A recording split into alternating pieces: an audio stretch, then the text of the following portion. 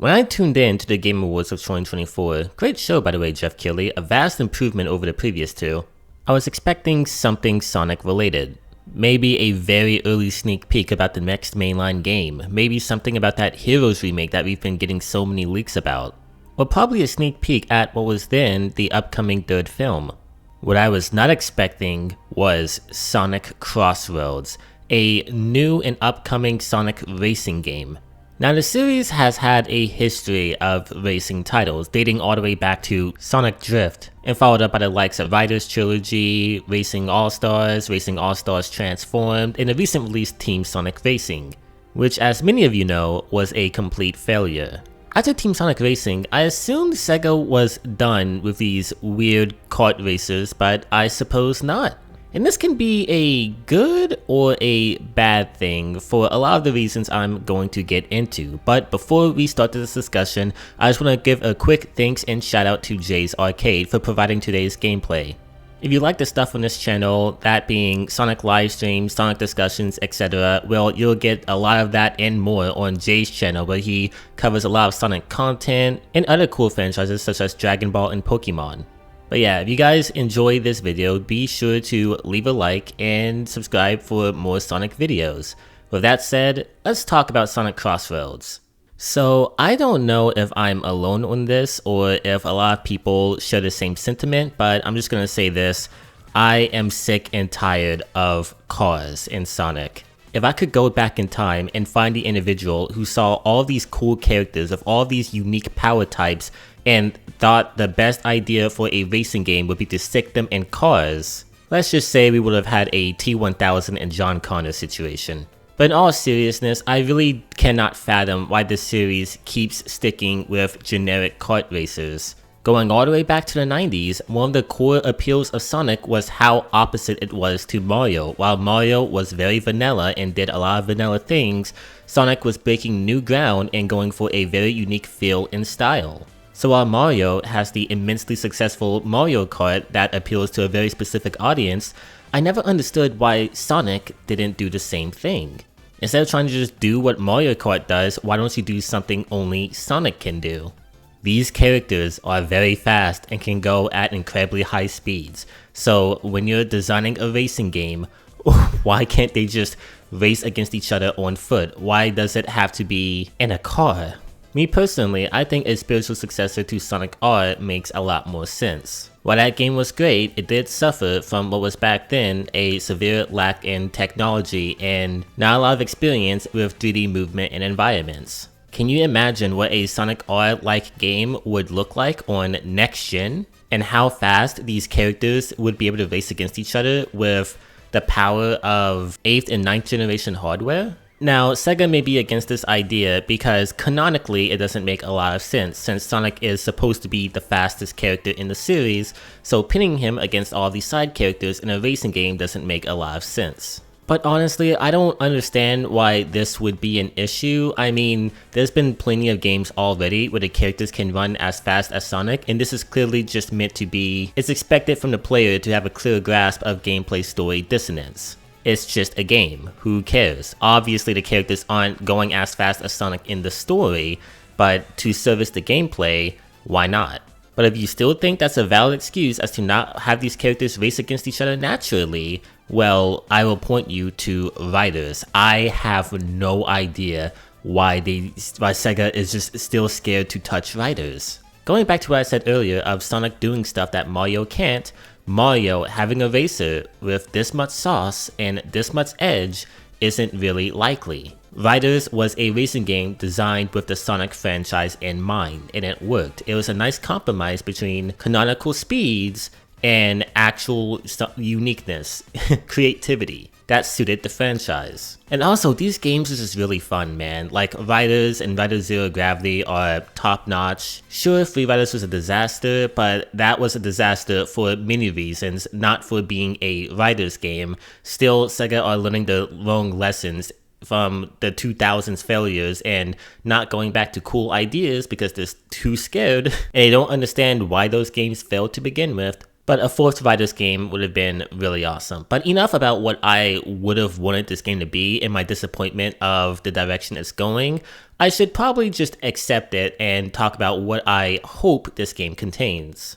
And we'll start first with the whole Crossworlds gimmick. Now, at the time of this video, no one knows what this means. Okay, the game is called Sonic Crossworlds, but this could mean anything. Maybe there would be other racers from other Sega IPs? If so, I think this would be a bit generic because we've already had 2 games that did just that. So what would I want Crossworlds to be? Well, me personally, I think Crossworlds should be a very literal title, where the whole gimmick and appeal of the game is exploring all the vast and interesting locations held within the Sonic mythology. Tracks in the Soul Dimensions, tracks in Soliana, tracks in Null Space, tracks in Outer Space. The Sonic world is so vast and so unquantifiable with how many unique and varied locations we visited across multiple games. There is no limit to the amount of tracks and cool locations that we could visit in it. Team Sonic Racing had the right idea, but unfortunately, a lot of the tracks were just fan favorite locations from areas we've been to 1,000 times. Use this game as an opportunity to explore areas we haven't been to in quite a while. Another big thing is to not disregard the foundation Team Sonic Racing built.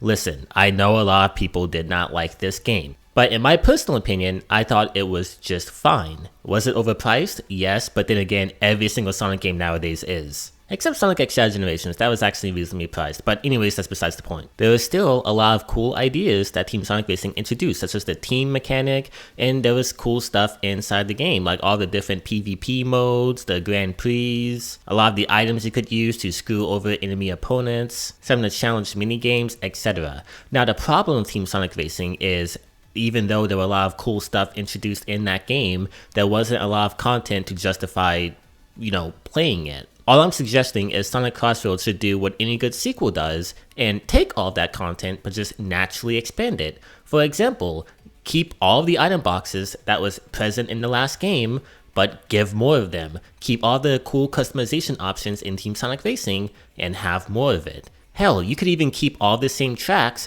but just change them up a little and add a shit ton more. More modes, more challenges, just give us more, okay? That was the Team Sonic Racing had practically 0 content. Like, you played a few PvP matches with your friends and that was it. You've played most of the game. At the time, that could be excused because Team Sonic Racing was outsourced to a third-party developer, Sumo Digital, and the series was down in the dumps by then, okay? No one cared about Team Sonic Racing. It was the game that followed up Forces, so it was bad. But now it's very cliche to say, but it's true, we are living in a Sonic renaissance, where that doesn't necessarily mean we are getting higher quality products, but it means that the strength of the IP is bigger and badder than ever, which means higher budget for games and higher attention from Sega and more hands on deck for these titles. So there is no excuse for this game to not go crazy.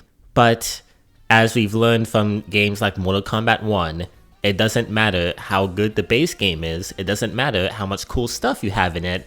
A very, very large important factor is how alive you keep the game.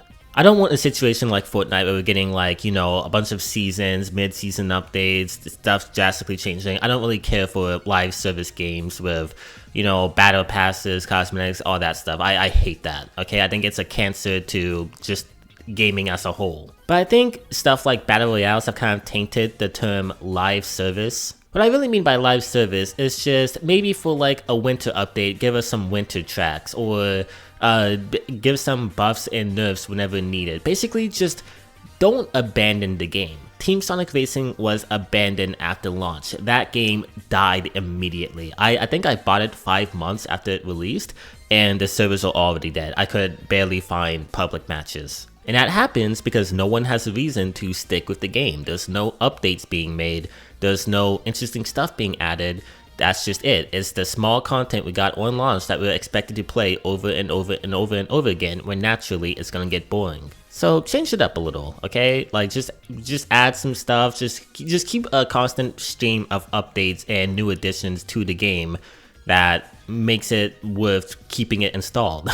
And lastly, my last thing, and I cannot stress this enough, okay? This is a very subjective want. This is just a me thing. Please have a good story. I know people are going to clap back by saying, oh, it's a racing game, you know, racing games don't need good stories. Guys, we are living in a world where we had Sonic Riders and Sonic Riders Zero Gravity. You can think whatever you want about those stories. Me personally, I think they're great, but even if you think they're probably not your cup of tea, they still had a lot of cool additions to the Sonic mythology and introduced a lot of cool new characters and were exciting and very memorable. So I don't understand why all of a sudden stories aren't important in racing games. Team Sonic Racing had a story. I will at least give it props for attempting to have a story.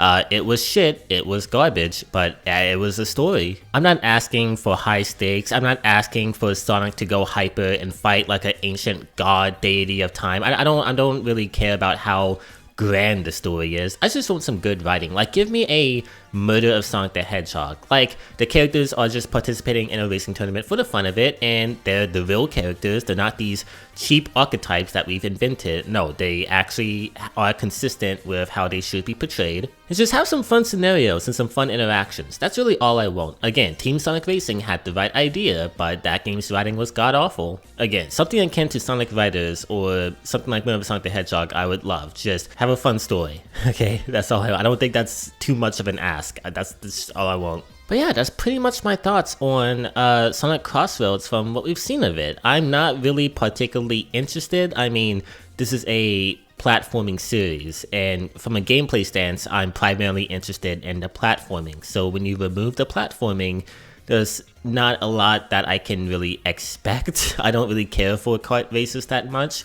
But it looks like it could be interesting, and Sega has clearly been trying to tap into the online esports PvP market, and this is their chance to kind of do so, to kind of create a online experience that a lot of people can, you know, get involved with. It would be a lot of fun to be able to actually play an online game with fellow Sonic fans.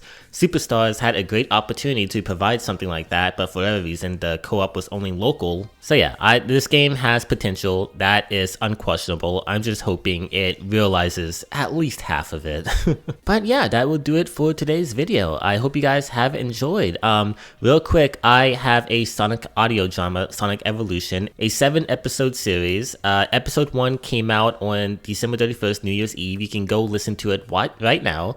And episode 2 is coming out this Tuesday on January 7th. This is a dream project that I put a lot of work in, and the voice actors absolutely killed. There's some insanely talented people involved.